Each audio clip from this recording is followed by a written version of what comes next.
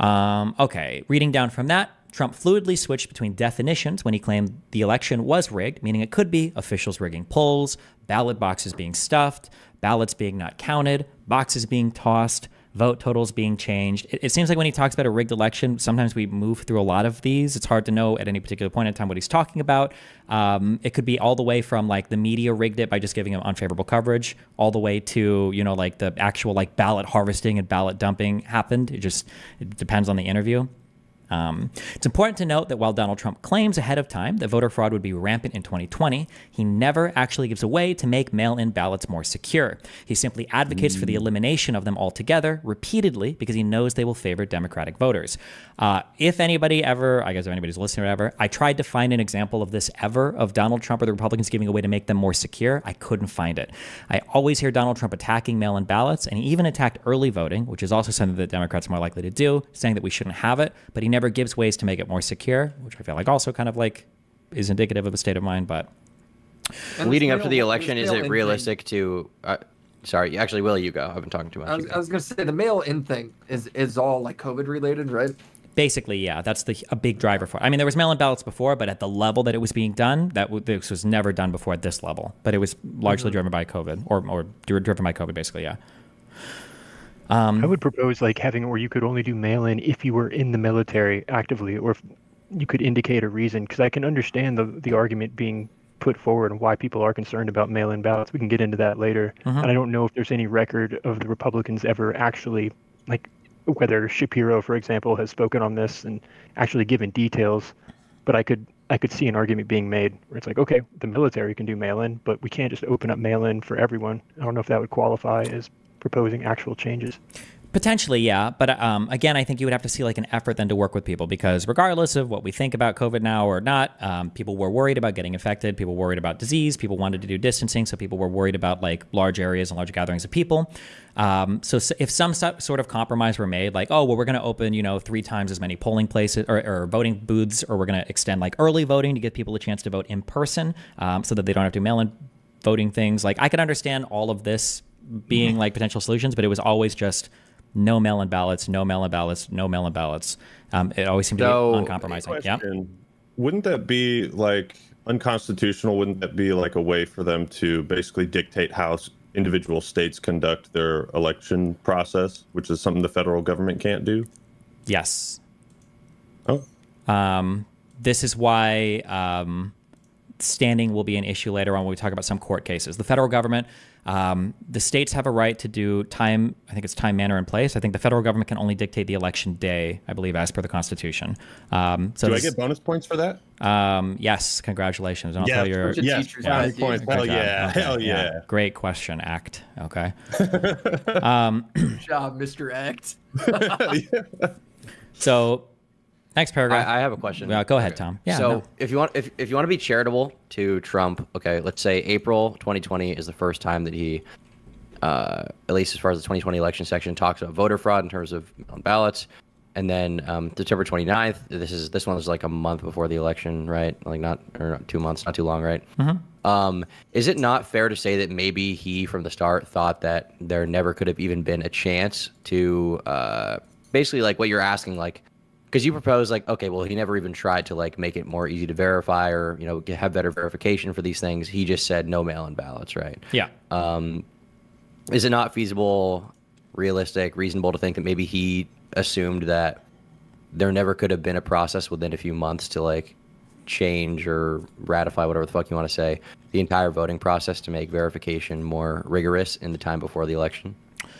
I mean, if that was the case, wouldn't he be asking for like any changes to actually occur with the process at all whatsoever, outside of just saying that it's bad?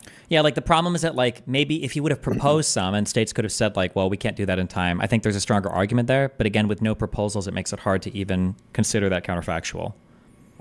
Like, let's say the Republicans said if we really wanted to have any proposal, anything. Give a proposal? Yeah, anything, just a single thing. I think that would be an argument in that direction, but it's kind of like if you were to debate the definition of insurrection, but you weren't willing to give your own definition. Okay, you lost. Really... You tried too hard. Now you lost your teacher suck-up point. Okay. How much precedent do we have around mail-in voting? How long has that been going on? I don't know exactly how long. I know it's been going on for a while, but I'm not sure the exact length of time. I'm gonna look it up. How long has mail-in voting been around? Actually, the wait. Civil War, they first experimented with absentee voting on a large Yeah, scale. I was gonna say the Civil War or the Revolutionary War, but it might be the Civil War where people that had gone off to combat were mailing in. That might have been, but so yeah, it's been a while. They didn't even have a president in the Revolutionary War. Right? Yeah, that was really fucking retarded. Good job. You lost 10 points for me saying that. Okay, just fuck you. Sick. It would have just been the Civil War. Good job. Wow, look at you, Willie. Good job. I set you up for that one just to get out. Dude, this shit's easy, dude. Yeah. You'd be a fun political science teacher. No. No, it'd be terrible. He'd be calling somebody retarded. Also, listen, I'm sure they were voting for mayors or some bullshit of their colonies also. So minus 10 more points from you, actually. You're down negative 20. Okay. Fuck off. I was the one who said the Civil War thing, okay? Good for you. All right, we're moving on. Donald Trump attempted to call the election early on the night of, despite everyone across the nation knowing it would take some time to count the incoming mail-in ballots. He also falsely claimed that he won many states by margins that were impossible to be overcome, despite it having been completely untrue, and continues to call the mail-in ballots fraudulent, claiming that he had already won the election. On November 5th, the next morning, he went as far as to tweet, "Stop the count," so he wouldn't lose his majority. I think that maybe that's supposed to be November 4th, but hold on. We're going to do the everyone across the nation. Click that so we can watch this. Or no, wait, it's just an article from The Guardian. What is the date for this stupid fucking article? This is, okay, so again, this is a November 1st article. Everybody in media, everybody knew that there was a good chance that, like, as the mail-in ballots were counted, that things are going to look different than the actual voting in place on election night. Everybody knew that was going to happen. And then you've got the tweet on November 5th, where he, in all caps, he says, "Stop the count." Right, we've all seen that. Okay. Okay. Famous tweet. Stop the count. On October 31st, 2020, there is a leaked audio recording from October 31st, 2020 of Steve Bannon, which shows him speaking about Trump's plan to call the election early. Multiple recordings of Roger Stone affirm the same. So let's just click this leaked audio recording right here. 1:30. This is a little bit cut up. I don't believe that the original full audio has been released, which sucks. So if you want, you can take this with a grain of salt, I guess. It's from Mother Jones. This is a... When was this leaked, like years later? This was leaked on 2022. Okay. Mother Jones is I would say a very far left publication, like further left than WAPO, Washington Post or New York Times. So keep that in mind. If you do trust it, don't trust it, just a thing to keep in mind. We're going to set it to 1.5. Let me know when you're ready to play. What is, sorry, just real quick clarifying question. Yeah. Steve Bannon, is he the Blaze or Breitbart? What is he? Steve Bannon was one of the founders / owners of Breitbart. And I don't know if he had an official role in the Trump campaign, but I know that he was like serving as an advisor and like talked to Trump and got him support. Breitbart is a very far right, weird kind of media, it's alternative media online thing, I'll say. Yeah. Is it just a website? Yes. That's where Milo Yiannopoulos worked. Yeah, Milo worked there. Yeah, Bannon worked there. Yeah, a lot of kind of wacky things. Okay, I think he might have been a campaign manager actually in 2016. So he did have an official role with the campaign. Is Milo the gay guy? Yes. Yes. Okay. Now he is back to being gay. Yes. Okay. He was the reformed sodomite. We don't need to go down this rabbit hole, bro. Yeah, you don't need to go down. Yeah, he ungayed for a little. Word. What? I said sodomite. What a great word. True. Okay. 1.5 speed. We're ready to play. 3, 2, 1, go. And what Trump's going to do is just declare victory, right? He's going to declare victory. But that doesn't mean he's a winner. He's just going to say he's a winner. The Democrats, more of our people vote early that count. Theirs voted mail. And so they're going to have a natural disadvantage, and Trump's going to take advantage of that. That's our strategy. He's going to claim himself a winner. So when you wake up Wednesday morning, it's going to be a firestorm. We're going to have Antifa crazy, the media crazy, the courts are crazy, and Trump's going to be sitting there mocking, tweeting shit out, you lose. I'm the winner. I'm the king. And he'll be all over. He'll be going, where's Hunter? Is Hunter on a crack pipe? I mean, no, he'll be, because then it doesn't matter. Remember, here's the thing. After that, Trump never has to go to a voter again.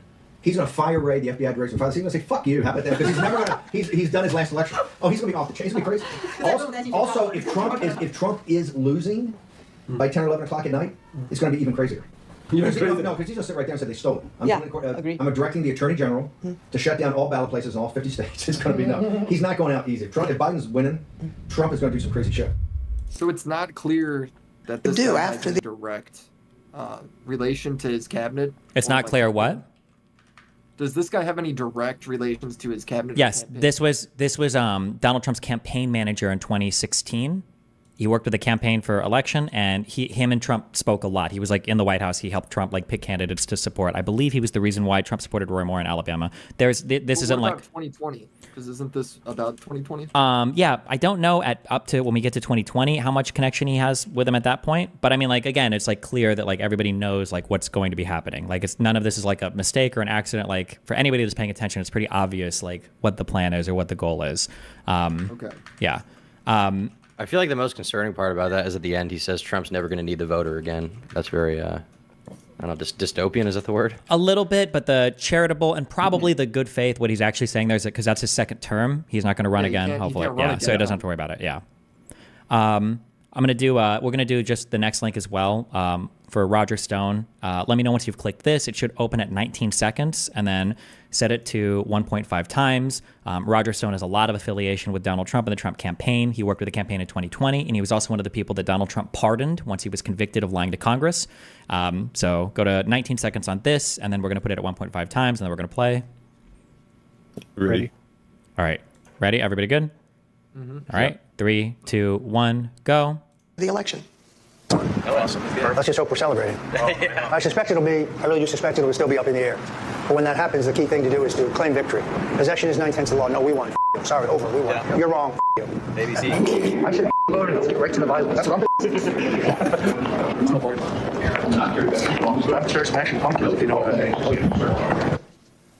The Select Committee called Mr. Stone as a witness. Okay, we can pause here. Roger Stone shows up as a witness to testify, and he pleads the fifth, I think like 50 or 60 times. He has no answers for the J6 Commission at all. But Roger Stone knew it was going to happen as well. Also, Bannon was also pardoned by Trump, too. I'm sorry, I missed that part. But yeah, so just as a heads up. So, okay, so up to here, okay, Bernie Sanders on TV, articles being written. Everybody knows that the mail-in ballots are going to lean Democrat. Everybody knows it's going to go in that direction. Everybody knows this, even without voter fraud, that's what's going to happen. You've got people like Bannon and Stone that are on calls, that are being recorded, that are saying things like, yeah, he's got to declare that he's going to win immediately. He has to do this. He might even shut down polling because he knows that the mail-in ballots are going to skew in one direction. All of this is true with no voter fraud or anything weird or suspicious or anything happening, right? Okay. Yeah. I mean, Roger Stone has to be literally retarded to get caught saying that on recording. I can't believe they're saying that out loud, right? Yeah, it's a little insane. What the fuck? Stone is a very Stone is a we won. Fuck you. Stone is a special guy. It is a I win, you lose. That's how the world works moment. Sure. Who was that again? Yeah. Mr. Octoroon. Yeah. I learned a new slur that day. Yeah. Yeah.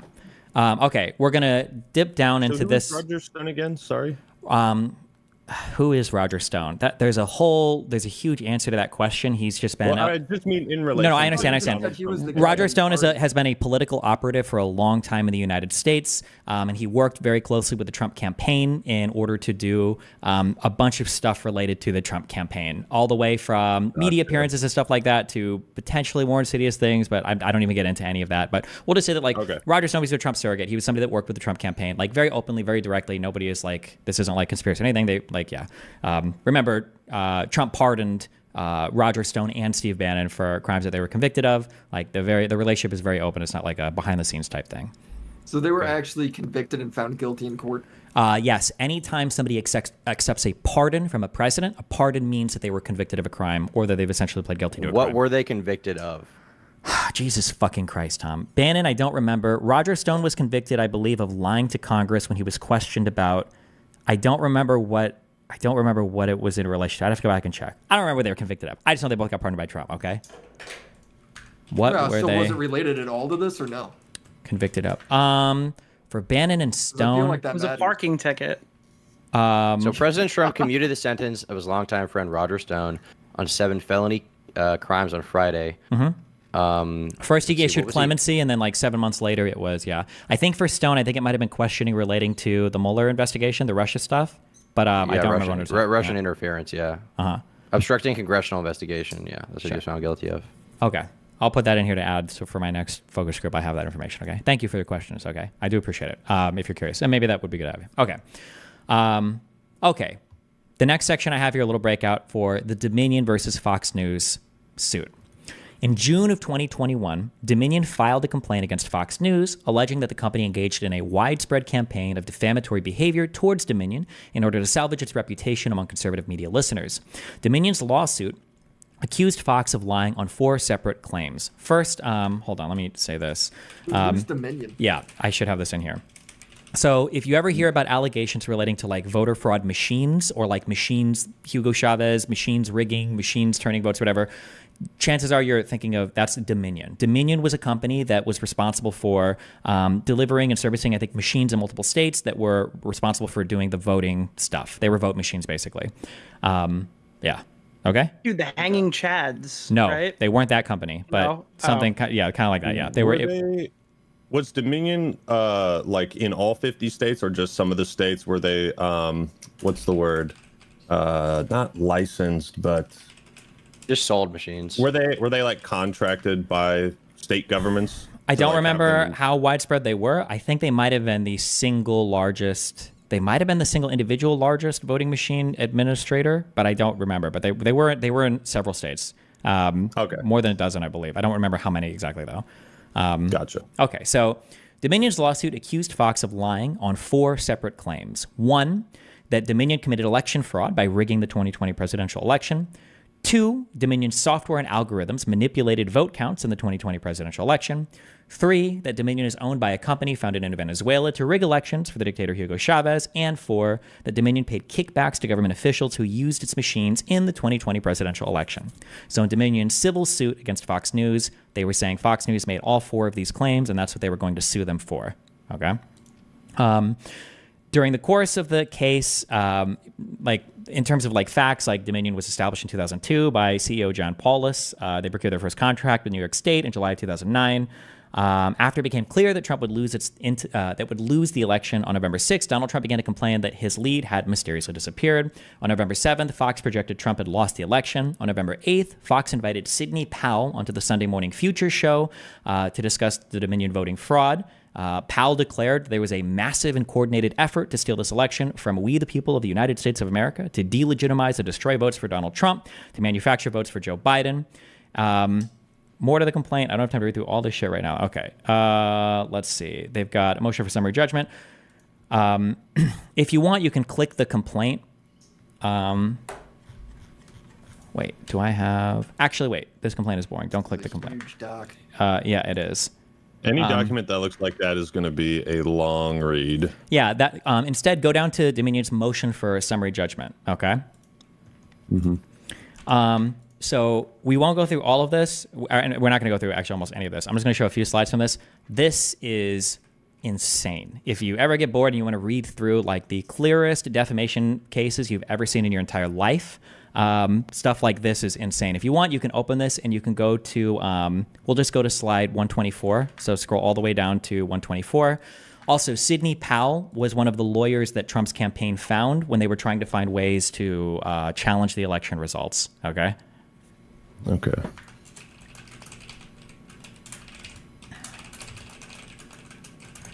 Was Sidney Powell ever convicted of a crime? I don't know up to this point. Not sure if Sydney comes through or not. Her cracking case, all the cases all dismissed. Yeah. Well, here let me Pearl Harbor. Yeah. Sorry. Let me know when you guys are at like slide like 123, I guess. Just for context, in October 2023, Sidney Powell pled guilty to 6 misdemeanor counts of conspiring to intentionally interfere with the performance of election duties. Okay. She was sentenced to 6 years of probation, agreed to testify against the other defendants. So that's what happened. Okay. Are we all on slide 123? It'll say P123. Yep.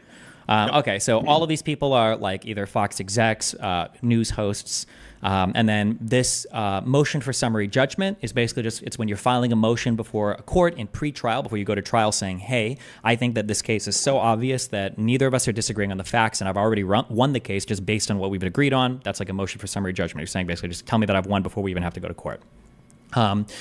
So on this motion, this is what was filed to the court. A lot of this contains depositions. So a deposition is when you basically get a lawyer and then a witness that you want to ask questions to, and then under oath, they testify, and then these are things that you can bring up in court later, right? There's a deposition.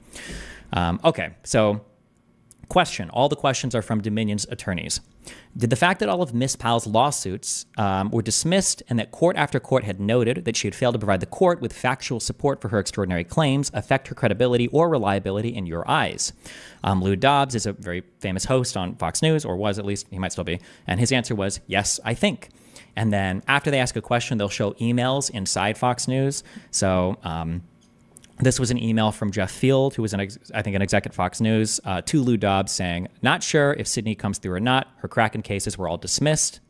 The next one is an email from Sidney Powell to Lou Dobbs, saying, we have a warning to the mainstream media. You have purposely sided with the forces that are trying to overthrow the U.S. system. These 4 people and their collaborators executed an electoral 9/11 against the United States with the cooperation and collusion of the media and the Democrat Party and China. It is a cyber Pearl Harbor. The next thing is, I believe this is another Fox News exec from Schreier. He says, Lou's wife just sent this to Eric and Alex. I think it's from Sydney, and it looks like she might be making these claims on the show. I don't have any evidence. I don't know what her evidence is. I told Alex to make sure that Lou pushes on the veracity of this. I find it odd that she claims to have this evidence, but her cases are being thrown out. I just wanted to send this to you so that you weren't surprised if it happens. And then this is a senior producer from Fox. I had reservations about putting it, Sidney Powell, on air. I hadn't had time to look into the document honestly. And then you see a tweet from Lou Dobbs repeating what Sidney Powell had emailed. The 2020 election is a cyber Pearl Harbor. The left-wing establishment have aligned their forces to overthrow the United States. Hashtag MAGA, hashtag America First, hashtag Dobbs. And then in the deposition, testimony from Lou Dobbs. The tweet states the 2020 election is a cyber Pearl Harbor. The left-wing establishment have aligned their forces to overthrow the United States government. Hashtag MAGA, hashtag correct. And then Lou Dobbs says correct. And then after the show, you see Lou Dobbs tweeting more Sidney Powell stuff. And then more testimony saying, in the moments after your 5 o'clock broadcast on December 10th, were you, Lou Dobbs, concerned that Sidney Powell had failed once again to meet the expectation of providing evidence to support her claims? His answer was, I was disappointed, yes. This whole deposition is like 300 exhibits or pages of stuff, or 212. It just is a whole through line of them basically doing research in the back, knowing that everything is like fake and bullshit, but having to take it on air and publish it anyway because Fox News was losing audience to OAN and Newsmax, who were publishing these false claims. Fox News knew about all of it. One of the things, Tom, that you said earlier, that Fox News had lost this case to Dominion. Fox News did not lose this case to Dominion. The day that it was going to go to trial, Fox News said fuck it, and they decided to settle before it ever went to trial, probably because they knew there was no chance in hell that they were going to win this case. So Fox News ended up settling. The settlement was like $784 million. It was the largest settlement ever paid out in a defamation case in the history of all of defamation cases. So Lou Dobbs is the Fox News exec, right? Lou Dobbs is a host. He's like a host on a show. He's like a Tucker Carlson. This question right here, the 2020 election is cyber Pearl Harbor. The left-wing establishment has aligned their forces to overthrow the United States government. Hashtag MAGA. Hashtag America First. All that shit, right? Yeah. That's him just admitting he made the tweet? Yes. Okay. But then later on, it's him admitting that there was no evidence for any of this. Yeah. I see. And then earlier, I don't know if I might have linked more parts of this deposition in other parts of the doc that we'll go through, but Fox News over and over again says that they've got something called the Brain Room. It was referenced earlier in my document. The Brain Room was like the Fox News fact-checking body that was trying to verify any of the claims, and they constantly and consistently said, none of these claims are true. We can't verify any of this. None of this is true. Why are you publishing any of this? Over and over and over and over and over again. But yeah. Okay. So the problem does not seem to be, because I was questioning what happened with the lawsuit. Based on what they were alleging, the problem wasn't just that they had Sidney Powell on. It's that they had good reason to believe that she was full of shit. Yep. They had her on anyway. And then also Fox News hosts parroted exactly what she said there, despite internal knowledge that there was no factual basis for her claims. Correct. On page 28 or slide 28, whatever it is, the question is, if the Brain Room had concluded that the charges were in fact false, they never should have been aired, correct? And it's yeah. Oh. They picked a really fucked up picture of David Clark there. Yeah, what is that? Why you gotta do my boy David Clark dirty? He looks like he just hit a dab pen like crazy. Jesus. Faded than a hoe. Like his picture went through a meme deep fryer. Yeah, and then even if you want to go up even more from what was just read there, on page, it says P25, Exhibit 25 or whatever. They say here, Trump report. Dominion deleted 2.7 million Trump votes nationwide. Data analysis finds 221,000 Pennsylvania votes, blah, blah, blah. And then the facts. This is from the Brain Room at Fox News. The facts: there's no evidence of widespread voter fraud in the 2020 election or of major problems with Dominion systems. Election officials from both political parties have stated publicly that the election went well, and international observers confirmed that there were no serious irregularities, right? So basically, Fox News did this because it kept their viewers engaged, and they were competing with other news agencies. Yeah, with OAN and Newsmax, correct? Yeah. Mm-hmm. Is there any evidence of communication between Trump and Fox News in regards to this? Trump and Fox News, in regards to this specifically, I don't think so, but it would be between Sidney Powell going on to Fox News. Okay. And then I think I have like 3. These are like some of the death threats that Fox News, I think, was getting because of their coverage of... Oh, no, I'm sorry. This is some of the death threats that I guess employees at Dominion were getting. I don't know why I have those. I guess just how unhinged people were after the Fox News coverage. Run. I don't need to do that. We are already watching you. Come clean and you'll live. What is the penalty for treason? Fuck Antifa, whatever. Death threat 2 is you're all fucking dead. You're all fucking dead. We're bringing back the firing squad and you fuckers are all dead. Everybody involved up against the wall, you motherfuckers. Death threat 3 is, yeah, good afternoon. Fuck you, fucking scumbags. We're going to blow your fucking building up. Piece of fucking shit. Yeah. What the fuck did you just say about me, you little bitch? Yeah, exactly. As a quick thing, I guess you guys should know this because you're all streamers, but just as a quick thing to keep in mind as well, but when people say they're going to sue somebody for defamation, if you're a public figure or a public entity, the threshold for suing for defamation is significantly higher than a private citizen. There's a court case well known, and I know all of you know this because it's so important to our online careers.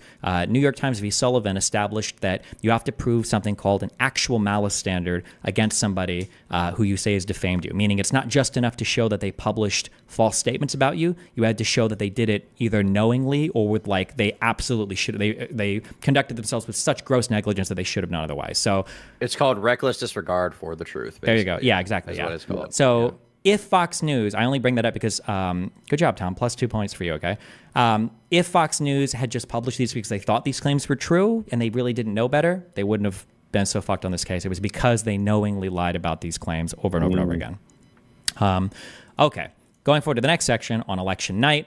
The election occurred on November 3rd and went as everyone predicted, with Donald Trump initially having a large lead and then slowly losing it as the mail-in ballots were counted as the night progressed. At 11:20 p.m., Fox News called Arizona for Joe Biden, sending Donald Trump and his team into a fury. Jason Miller tweeted out, admonishing Fox News for calling the election early. Jared Kushner was also in contact with Rupert Murdoch, who's the CEO owner of Fox News. As the night went on, at 2:30 a.m. the following morning, Trump told supporters this is a fraud on the American public. Trump said that he wanted to go to the Supreme Court to stop the counting of ballots and then declared himself the winner of the election. Pence went up on stage afterwards, contradicting Trump and saying that while he was sure they'd won the election, he would wait until every vote was counted. If you want, we can do the click that link for fraud on the American public, I guess, and it should go to 722 in a video, and then we can put this on 1.5, and then let me know when you're ready to hit go. Ready. All right. 3, 2, 1, go. This is a fraud on the American public. This is an embarrassment to our country. We were getting ready to win this election. Frankly, we did win this election. So our goal now is to ensure the integrity for the good of this nation. This is a very big moment. This is a major fraud in our nation. We want the law to be used in a proper manner. So we'll be going to the U.S. Supreme Court. We want all voting to stop. We don't want them to find any ballots at 4 o'clock in the morning and add them to the list, okay? It's a very sad moment. To me, this is a very sad moment, and we will win this, and as far as I'm concerned, we already have won it. So I just want to thank you, and I want to thank all of our support. I want to thank all of the people that worked with us, and Mr. Vice President, say a few words, please. Please.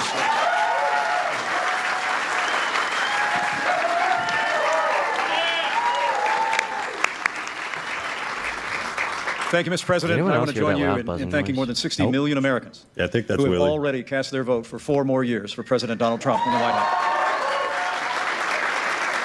And while the votes continue to be counted, we're going to remain vigilant, as the President said. The right to vote has been at the center of our democracy since the founding of this nation, and we're going to protect the integrity of the vote.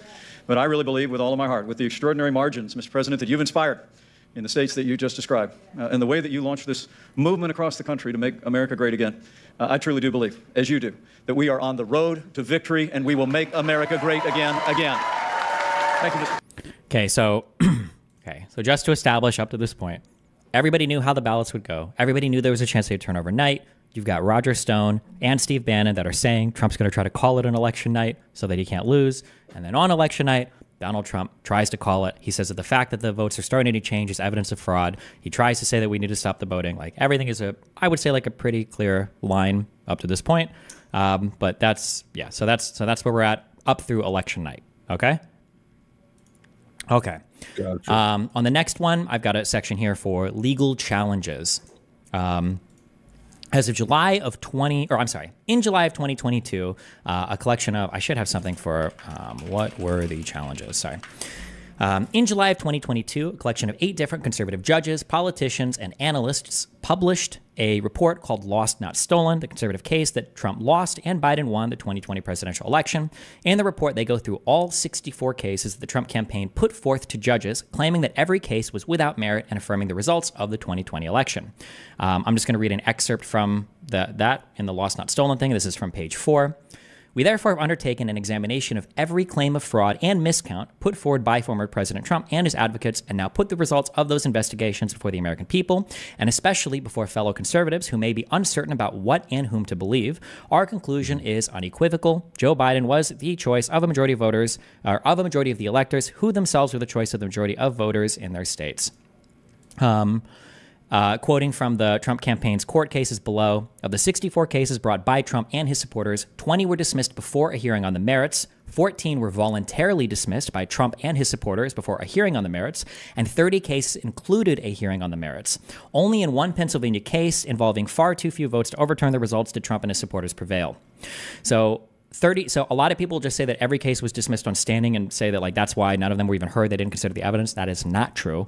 Even in some where they did dismiss on standing, the judges themselves did go over some of the merits for why it was a dumb case. For a lot of these cases that they said were like super strong, it would literally just be like an affidavit or two from people saying that they thought they saw mass voter fraud, and then they would basically say, like, can you just like toss the whole election or redo the whole vote? Like, the remedies that they were seeking in these courts were way too huge, given like just one or two affidavits. What does dismissed on standing mean? So when you bring a case before a court, okay, hold on real quick. So there's two separate things when it comes to like going to court. You've got criminal matters. So criminal matter means that you're breaking some sort of criminal statute that either the state or the federal government has made a law. So things like killing, rape, whatever, stuff like that. In these cases, the person coming after you is the state, usually represented by a district attorney or some kind of like state attorney general, right? For a civil case is where you're not necessarily doing something that's going to get you in criminal trouble, but I might sue you for violating some agreement. All of the Donald Trump cases were civil cases. In order for a state to hear, or in order for a court to hear a case, you have to be able to prove that you have standing. When you prove that you have standing for a case, part of what you prove is that, one, you're affected by something. You're an injured party, right? So let's say that, for instance, let's say that you don't pay rent to your landlord in like the state of Washington. I can't sue you for that. I have no standing. I'm not affected. So one is you've got to prove that you were an injured party, and a second part is you've got to prove that the court can do something to help you to remedy the situation, right?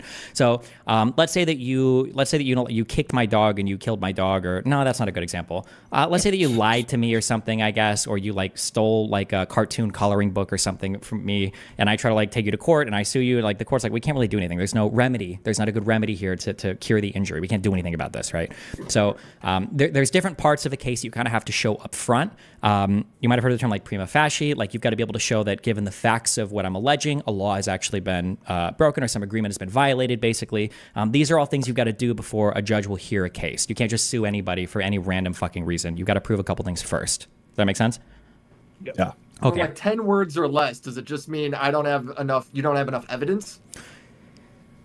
Standing means you have a good reason to feel like you got fucked by a person, and this court can help you with that problem.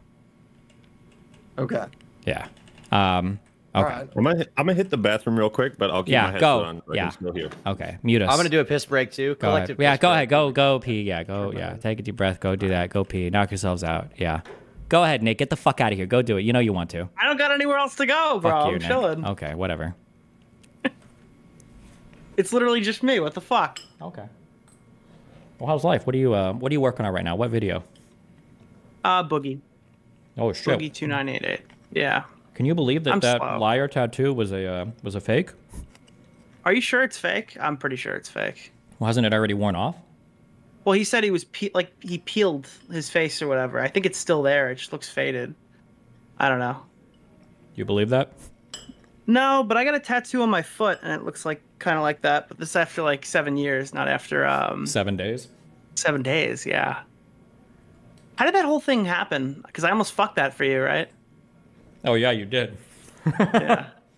You and I think. No, it was just you. WillyMac might have as well, but it might have just been you. See, I was trying. I thought like, okay, I know Boogie. I can maybe set something up. I didn't realize the cogs were already turning. It was already going to happen. No, it's not good. Yeah. We back. Destiny, what games are you playing these days? Nothing right now. Nothing? League. Just 2 months of League straight, right? After this. Absolutely not. Dude. League is the type of game that whenever friends of mine ask like, hey, should I play it? Should I get into it? My answer is always no. Correct. That is correct. Yeah. That is the only correct answer. Would you recommend somebody try heroin or? Yeah, you just wouldn't. Don't do that. Well, you know, for the first year, it's pretty fun. You know, heroin but then, for the first year. Yeah, for the first year, League's pretty fun. I hear it's wicked good for weight loss. I've never seen a fat guy on heroin. Yeah. Damn. Yeah, the highest I ever got in like a ranked game was, or in like any ranked multiplayer system was Diamond 4 in League. It was like top 1.8% in the country at that point, and that was like my lowest point mentally. Good job. Oh shit, Mudahar's in the chat. What's your stance on the insurrection, buddy? Oh shit, is he? League is pretty awesome. Wow, he comes in here just to say the dumbest shit. True. I feel like I'm watching a Mudahar video. League used to be awesome. Yeah? When you could... Wait, when? Sorry, never mind. So I think at least my favorite period, because like, I mean, it's a game that changes so much and has changed so much. Dude. I would say up until like 2017, 2018, 2012 to 2017, 18-ish. That game makes no sense, dude. It just like all the damage makes no fucking sense. It's like I tried to play that game with my buddies like a fucking year ago. It's like you have no clue why you die. It's just like purple bars and orange bars. It's nobody tells you what the items do. You can't trust Willy. Willy lies about who he beats in games. The thing is, there's 150 champions. I beat Nick in Halo a couple times, and he just can never let it go. Nope, he's making There's it up. 150 champions, each with 4+ abilities, and you have to memorize what all of those do for each of the 150 champions, and then you also have to memorize what all the items do, and that's constantly changing on like a semi-monthly basis. You get 200 free champions right now in Raid Shadow Legends, the freemium mobile RPG There's game. no shot you cooked that. You don't know. Shalom. Where did you Uber Eats that from, Tom? He let one of the women out of his fucking basement to cook for like 20 minutes. Okay, Jesus Christ. I fucking ordered it. What do you think? Yeah, of course you did. All these allegations. You guys just have just as much evidence that I have a woman in my basement as evidence that Trump has a voter fraud, which is to say a lot. Nice. Good job. Okay, sailing through. So we went through, okay, so these are Trump court cases. There was a show called, or there was a documentary called 2,000 Mules. I don't know who heard about it. On May 20th, 2022, well-known far-right conspiracy theorist Dinesh D'Souza published a film called 2,000 Mules, where they alleged, with no solid evidence, the Democrats had organized a sophisticated system of ballot harvesting across several states. In October of 2022, Atlanta citizen Mark Andrews filed lawsuits for defamation, conspiracy, and intrusion on seclusion. A state investigation found that he had not committed any of the crimes alleged about in the film, and on May 31st, 2024, Salem Media Group settled with Andrews, releasing a public apology, and they took down the film and the book. In case you didn't, has anybody here even heard of that? I didn't know. 2,000 Mules.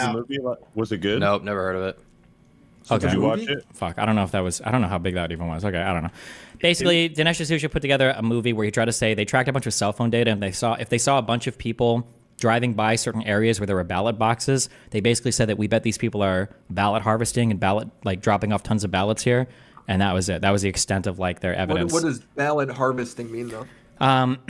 Basically, it's the accusation that somebody is going to a large group of people, asking them to all vote a certain way, and then taking all of their ballots and then dropping them off at a ballot box. And that's illegal?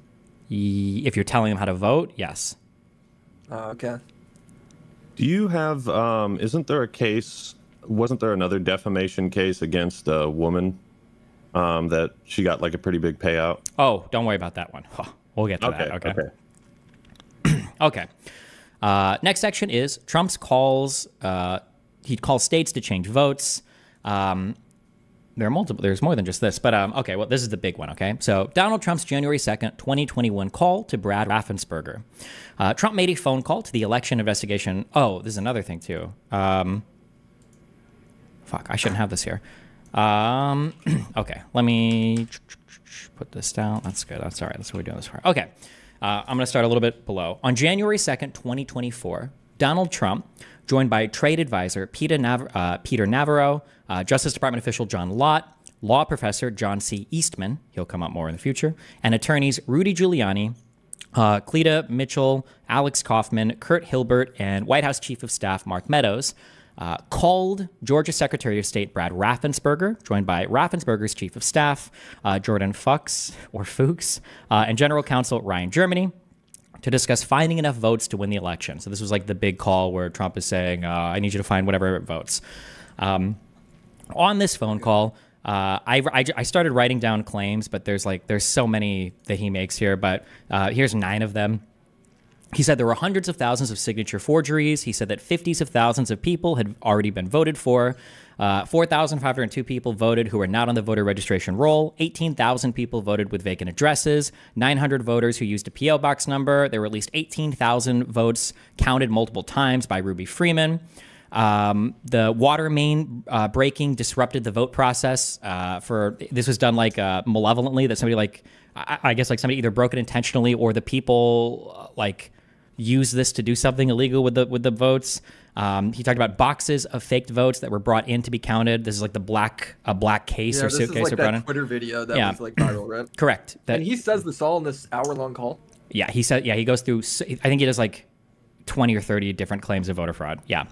Okay. It's worth listening to the entire thing, I'd say. It is, but it's over an hour long, and I'm not going to make you guys do that right now. Well, yeah. I'm just saying on your own time. Yeah. Trump continued to make accusations during the call, dismissing claims that he was simply getting these accusations from social media by countering that they were actually coming from Trump media. So at one point, I think Raffensperger's general counsel, Ryan Germany, I think says something like, hey, listen, we understand that you're seeing a lot of these things on social media, but they're not true. And I think Trump counters and says, I'm not seeing these on social media. I'm seeing these on Trump media. Whatever the fuck that means. He also accuses Raffensperger of being criminally liable for not finding enough votes for Trump because they must have known about the voter fraud, and says that it would be a big risk for both of them if they weren't able to flip the election in favor of Trump. Trump does this a lot when he talks to people. He makes these thinly veiled threats. One of the quotes that Trump says to Raffensperger is, I think it's very dangerous for you to say that there's no criminality, and it alludes to him engaging in criminal behavior many times. He makes this claim multiple times to Raffensperger that this must be criminal, what you're doing, you must know about this. Multiple times on the call, Donald Trump implies that he will refuse to help in the future elections of Georgia if Raffensperger won't acquiesce to his demands for 11,000 votes. Obviously, there's the famous meme songs and everything. One of the quotes is, I need 11,000 votes, give me a break. And that's to win Georgia? So he goes through all these voter fraud things, and he's saying, if you can just find this voter fraud here, this would be enough for me to win the election. I just need this. This is enough to win the election. Trump's campaign launched lawsuits against the state to contest the results, but they ended up voluntarily dismissing the lawsuit a day before it went to court. Trump also made a phone call to an election investigator, Francis Watson, on December 23rd, 2020, repeating a lot of the false claims that he'd got, that he'd repeat earlier or later on to Raffensperger. This call happened before, but I'm trying to think if we should listen to part of this. I feel like at least a short excerpt would be useful. They're not the most important part, maybe. Yeah, it's pretty critical. At least I need to find 11,000 votes. If that's in there, that would be nice to hear. Mm-hmm. Yeah. That actually comes out of his mouth. That one quote is really important, I think. Did they It's like get saying that? find. I need to find 11,000 votes is really important. Well, I think it's also important that the call occurred, 4 days before January 6th? Correct. So This was January 2nd, yeah. When you listen to it with that context in mind, it comes across like a Hail Mary attempt. Desperation, yeah. Yeah. Here's fuck. I don't know how I want to treat this part. Okay. I managed to find the timestamp for 11,000. Well, no. Here, this is hold on. So this is my issue. Okay. This is a whole side thing, but the media for a long time made a big deal about this. I need you to find this many votes, and the implication that the media is giving you is that Trump is telling them to fabricate that many votes, and I don't agree with that interpretation. I don't think that that's what Trump is saying. However, I don't think that's the bad thing about this call. But that's like what became the fixated point. I think that, in my opinion, there are three really bad things about this call. One is that Donald Trump on January 2nd repeats a lot of already debunked claims of voter fraud. He repeats them over and over again, even though other people in his office in the White House have already told him none of this is true. That's number one. The second thing is he continues to engage in this kind of like weird bully behavior where he says that like, well, aren't you doing something criminal? Aren't you going to be criminally liable if you can't find these or you're not doing anything? And also, I'm not going to help you guys win your elections if you don't, if you're going to do this. I'm never going to support you guys. What was that? Who was that schmuck? Kent, I think, is one of the things that he says.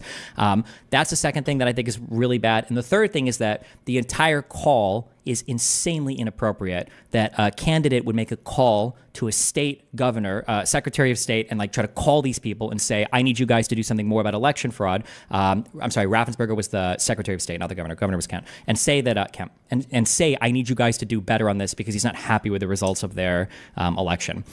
We can find that when I need you to find these votes. But why is I need you to find these votes? Why is that not?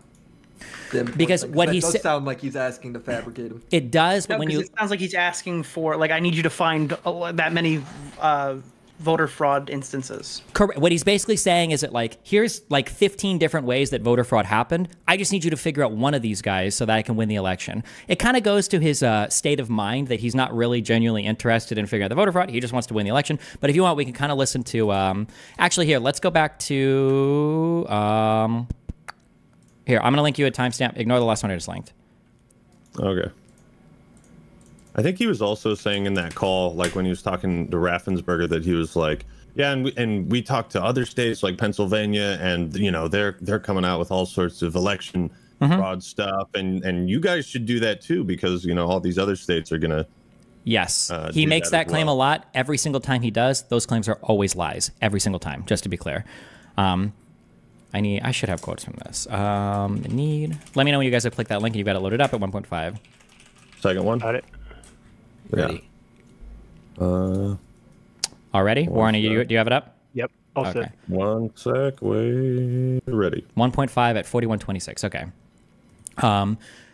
3, 2, 1, go. Paul for Biden. Does anybody know about it? I know about it, but we were never. Okay, Toledo, wait. I'm not asking you, Toledo, honestly. I'm asking Brad.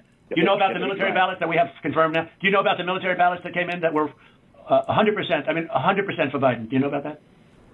And I don't know about that. I do know that we have, when military ballots come in, it's not just military. It's also military and overseas citizens. The military part of that does generally go Republican. The overseas citizen part of it generally goes very Democrat. No, but this was yeah, that's okay. But I got like 78% in the military. These ballots were all for this. They didn't tell me overseas. Could be overseas too, but I get votes overseas too, right? In all fairness.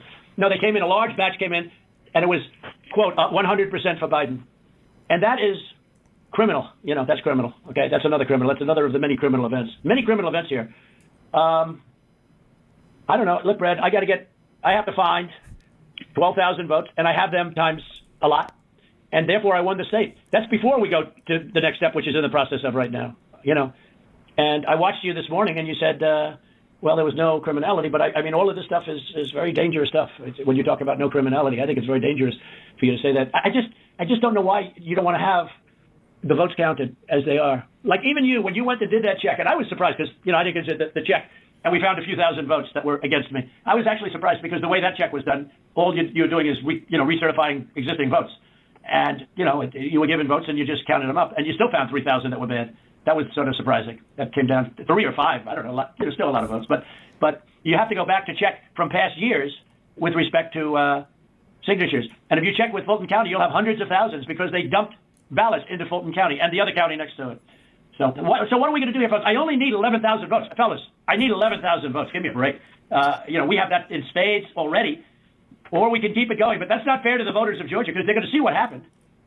And they're going to see what happened. I mean, I'll take on anybody you want with regard to Ruby Freeman and her lovely daughter. A very lovely young lady, I'm sure. But Ruby Freeman, I will take Freeman. I will take on anybody you want. And the minimum, there were 18,000 ballots, but they used them 3 times. So that's, a lot of votes. And that one event, and they were all to Biden, by the way. That's the other thing we didn't say. The Ruby Freeman, one thing I forgot to say, which was the most important. Do you know that every single ballot she did went to Biden? You know that, right? Do you know that, by the way, Brett? Every single ballot that she did through the machine at early in the morning went to Biden. Did you know that, Ryan? That's not accurate, Mr. President. Huh. What is accurate? The numbers that we are showing are accurate. About Ruby Freeman, about early in the morning, Ryan, when the woman took when the whole gang took the stuff out from under the table, right? Do you know do you know who those ballots? Do you know who they were made out to? Do you know who they were voting for? No, not specifically. Did you ever check? We did what I described to you earlier. No. Did you ever check the ballots that were scammed by Ruby Freeman, a known political operative balloteer? Did you ever check who those votes were for? We looked into that situation that you described. No, they were 100% for Biden. 100%. There wasn't a Trump vote in the whole group. Why don't you want to find this, Ryan? What's wrong with you? I heard your lawyer is very difficult, actually, but I'm sure you're a good lawyer. You have a nice last name. But I'm just curious. Why do you keep fighting this thing? Okay, we can pause here. This off of Twitter videos? Yes. That's interesting. Yeah, so the issue is that okay, so this is important. 1, is because we're talking about Ruby Freeman. She'll come up later. 2 is because you can see that Trump might go on camera and say a bunch of retarded things about voter fraud, and then the impression might be behind the scenes he's speaking with a lot more detail and precision, but he's not. He's repeating the same memes and stuff you see on Twitter to these guys behind the scenes, and he's also making claims that if you think for 2 seconds, the claim is impossible, right? Let's say that Ruby Freeman did scan 18,000 votes. How would you even know they were all for Democrats? How would the federal government know but the state government didn't? Unless you think that all of them are also complicit in it. But then where's the proof of it? There's just nothing. All of this are just on memes that Trump has basically seen. And again, Raffensperger, Georgia, these are all Republicans. Kemp is a Republican governor. They all are, have an incentive to play ball here if they really wanted to. It helps them. There's just Trump is never bringing up any solid evidence ever for any of these claims. But to be fair, if I could just comment on that, when I'm listening to that, it sounds like he genuinely believes there's shenanigans going. You even articulated earlier that he was anticipating manipulation, shenanigans to occur. So for him to say it's dangerous for you to ignore the shenanigans, why aren't you listening to what I'm saying? That sounds like a man who not saying he's right, but to go to intent, he genuinely believes this stuff is happening. It feels to me when he says it's dangerous, that comes off more to me as a threat that it's dangerous for the Secretary of State to ignore these things because there might be criminal activity involved. And I think that the only issue I have is that every single thing that he brings up is so tenuous and there's no backing evidence for I can speak to that. We can listen to just 1 minute of this. I linked you another timestamp. Go here. If again, I would believe you if I wouldn't believe it's not I would believe you. I would feel there might be some evidence in that direction if he listed anything with a degree of backing ever. But what about the ballots coming from overseas being 100% military? He sounds like he genuinely believes that. But it's just not true. And they tell him it's not true. There's not true. None of this is true. Right. But at 31 minutes, go to this. Let me know when you're ready. We'll just listen to one minute of this up to 32 or 32 and a half. And then let me know when you guys are here at 1.5. All set. I'm here. Okay, I'm ready. Okay. 3, 2. Wait, hold on. Wait. Yeah, we're good. Okay. 3, 2, 1, go. I don't know. It doesn't pass the smell test, though, because we hear they're shredding thousands and thousands of ballots. And now what they're saying, we're just cleaning up the office. I don't think that plays. Mr. President, the problem you have with social media, people can say anything. No, this isn't social media. This is Trump media. It's not social media. It's really not. It's not social media. I don't care about social media. I couldn't care less. Social media is big tech. Big tech is on your side. I don't even know why you have a side, because you should want to have an accurate election. And you're a Republican. We believe that we do have an accurate election. No, you don't. No, you don't. You don't have. Not even close. You're off by hundreds of thousands of votes, and just on the small numbers, you're off on these numbers. And these numbers can't be judged. Well, why won't, okay, so you send us into Cobb County for signature verification, right? You send us into Cobb County, which we didn't want to go into.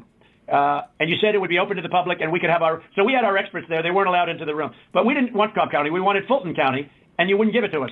Now, why aren't we doing signature, and why can't it be open to the public, and why can't we have professionals do it instead of rank amateurs that will never find anything and don't want to find anything? They don't want to find, they don't want to find anything. Someday you'll tell me the reason why, because I don't understand your reasoning, but someday you'll tell me the reason why.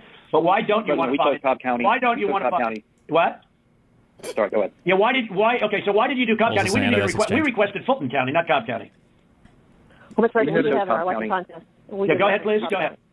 We chose Cobb County because that was the only county where there's been any evidence submitted that the signature verification was not properly done. Well, no, but I told you, but we're not saying that. We're the agreed party. Fulton County, look, Stacey, in my opinion, Stacey is as dishonest as they come. She has outplayed you at every heart, at everything. She got you to sign a totally unconstitutional agreement, which is a disastrous agreement. You can't check signatures. You can't do it. I can't imagine you're allowed to do harvesting, I guess, in that agreement. That agreement is a disaster for this country. But she got you somehow to sign that thing, and she's outsmarted you at every step. And I hate to imagine what's going to happen on Monday or Tuesday, but it's very scary to people, where the ballots flow in out of nowhere. It's very scary to people. That consent decree is a disaster. It's a disaster. A very good lawyer who examined it said they've never seen anything like it. And okay, pause here, I guess. Yeah. So again, it's always like just vague claims and like a guy looked at this, but there's never anything concrete ever to work off of. It's always just like, it's literally the same memes that we see circulating on social media. That's what he's going by for all of this. He never even said like a guy looked at this. He's just like a great lawyer. They bring up one thing and then he's like, okay, what about this thing? And then they talk about it and then he's like, what about this thing? Lawyer. Yeah, it is crazy that he talks like that in real life, dude. But also, we'll get to these, I think, in the next section too, if you want. Okay. Are you good to move to the next section, or? Yeah, I will say, like, if I were to listen to that, like, the first time without knowing anything else, it does seem like he genuinely believes that shit. Possibly, yeah. I could see that being the case if it's the only thing you heard, yeah. So, next section, okay? Here's a quick thing. A lot of these are ripped straight from the January 6th committee report. So when we talk about, like, did Donald Trump knowingly lie about voter fraud, a lot of these claims you're going to see here are ones that also showed up in that phone call. So I've got a table here. On the left is somebody talking to him about a particular claim. And then on the right is him continuing to say the claim afterwards. So on the left, you've got then Deputy Attorney General Jeffrey Rosen. The Attorney General is the top of the Department of Justice, and then beneath that is the Deputy Attorney General. The Department of Justice is the office created under the President that's tasked with investigating federal crimes. The FBI is a part of this. They've got the Attorney General that does like the big federal lawsuits, right? This is like the Department of Justice, okay? So if you were going to look to investigate crimes and shit, this is your branch to do it, okay? So Rosen says, and so he said, well, what about this? This is testimony that he's giving. And so he said, well, what about this? I saw it on the videotape, somebody delivering a suitcase of ballots, and we said it wasn't a suitcase, it was a bin. That's what they use when they're counting ballots. It's benign. There's a whole video to back this up.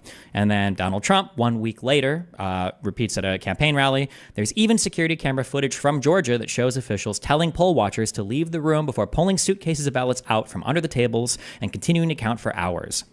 The next thing is from Acting Deputy Attorney General Richard Donahue. Quote, I told the president myself that several times in several conversations that these allegations about ballots being smuggled in suitcases, or in a suitcase and run through the machine several times, it was not true. That we looked into it, we looked at the video, we interviewed the witnesses, it was not true. I believe it was in the phone call on December 27th. It was also in a meeting in the Oval Office on December 31st. Remember that phone call with Raffensperger happened on January 2nd. And then this is Donald Trump also saying on January 2nd, she stuffed the machine, she stuffed the ballot. Each ballot went 3 times. They were showing, here is ballot number 1, here it is a second time, third time, next ballot.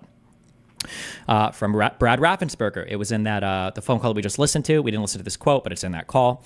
You're talking about the State Farm video, and I think it's extremely unfortunate that Rudy Giuliani or his people, they sliced and diced that video and they took it out of context. We did an audit of that, and we proved conclusively that they were not scanned 3 times. Yes, Mr. President, we'll send you the link from WSB. Trump, I don't care about a link. I don't need it. And then one day later, Trump says, quote, Based. I spoke to Secretary of State Brad Raffensperger yesterday about Fulton County and voter fraud in Georgia. He was unwilling, unable to answer questions such as the ballots under the table scam, ballot destruction, out-of-state voters, dead voters, and more. He has no clue. So Trump said that at a rally, but it was before the phone call leaked, right? So that was Trump's summary of the phone call that he had with Raffensperger. This was with Attorney General Barr on December 1st. Barr's testimony. Then Trump raised the big vote dump, as he called it, in Detroit. And he said, people saw boxes coming into the counting station at all hours of the morning and so forth. I said, Mr. President, there are 630 precincts in Detroit, and unlike elsewhere in the state, they centralized the counting process. So they're not counted in each precinct, they're moved to counting stations, and so the normal process would involve boxes coming in at all different hours. And I said, did anyone point out to you, did all the people complaining about it point out to you, you actually did better in Detroit than you did last time? I mean, there's no indication of fraud in Detroit. And then one day later, Donald Trump says, I'll tell you what's wrong, voter fraud. Here's an example. This is Michigan. At 6:31 in the morning, a vote dump of 149,772 votes came in unexpectedly. We were winning by a lot. That batch was received in horror. In Detroit, everybody saw the tremendous conflict. There were more votes than there were voters. On the 27th of December, the president then continued, there are more votes than voters, but I was aware of that allegation, and I said, that was just a matter of them comparing the 2020 votes cast to 2016 registration numbers. That's not a valid complaint. 10 days later, Trump would say, more votes than they had voters, and many other states also. On January 3rd, Richard Donahue said, we would say to him, we checked that out and there's nothing to it. And we would cite to certain allegations. And so, such as Pennsylvania, right? No, there were not 250,000 more votes reported than were actually cast. That's not true. So we would say things like that. Donald Trump, 3 days after being informed of that on January 6th, this is during his big speech at the Ellipse, in Pennsylvania, you had 205,000 more votes than you had voters. And the number is actually much greater than that. That was as of a week ago. And this is a mathematical impossibility, unless you want to say it's a total fraud. On the phone call with Raffensperger, it's 4,502 who vote. Oh, Trump said it's 4,502 who voted, but they weren't on the voter registration roll, which they had to be. You had 18,325 vacant address voters. The address was vacant, and they're not allowed to be counted. That's 18,325. Raffensperger says, well, Mr. President, the challenge that you have is that the data you have is wrong. President Trump 2 days later said 4,502 illegal ballots were cast by individuals who do not appear on the state's voter rolls. Well, that's sort of strange. 18,325 illegal ballots were cast by individuals who registered to vote using an address listed as vacant, according to the Postal Service. Real quick, I'm sorry, actually, I think, just because I think it's funny. What's going to happen? Hold on, I'm going to find, that does come up in that conversation. And here, I'm going to play... click this right here. You can hear that complaint come up. Let me know when you've clicked this link and you've got it loaded up. What's the timestamp? It's 1671. You can just click the link and it'll. It's 2751 if you want. Okay. All set. Ready. All right. 3, 2, 1, go. You have all these different people that voted, but they don't live in Georgia anymore. What was that number, Toledo? That was a pretty good number, too. Yeah. Well, the number who had registered out of state after they moved from Georgia. And so they had a date. When they moved from Georgia, they registered to vote out of state, and then it's like 4,500. I don't have that right in front of me. And then they came back in and they voted. And voted. Yeah. No, that was a large number, though. It was in the 20s. And, the point is... going through each of those as well, and those numbers that we got, that Ms. Mitchell was just saying, they're not accurate. Everyone we've been through are people that lived in Georgia, moved to a different state, but then moved back to Georgia legitimately. And in many cases... Really? How many people do that? You mean they moved out and then they said, oh, the hell with it, I'll move back in? It doesn't sound like a very normal... You mean they moved out, and what, they missed it so much that they wanted to move back in? It's crazy. Well, and they moved back in years ago. This was not like something just before the election. So there's something about that data that it's just not... Okay, pause. Okay. You heard that, right? Yeah. Mm-hmm. Okay. That was hilarious. Yeah. How many people, they move out, they just want to come back? To Georgia? He's like shitting on Georgia. He's like, fuck Georgia. Yeah, Who wants to go back there?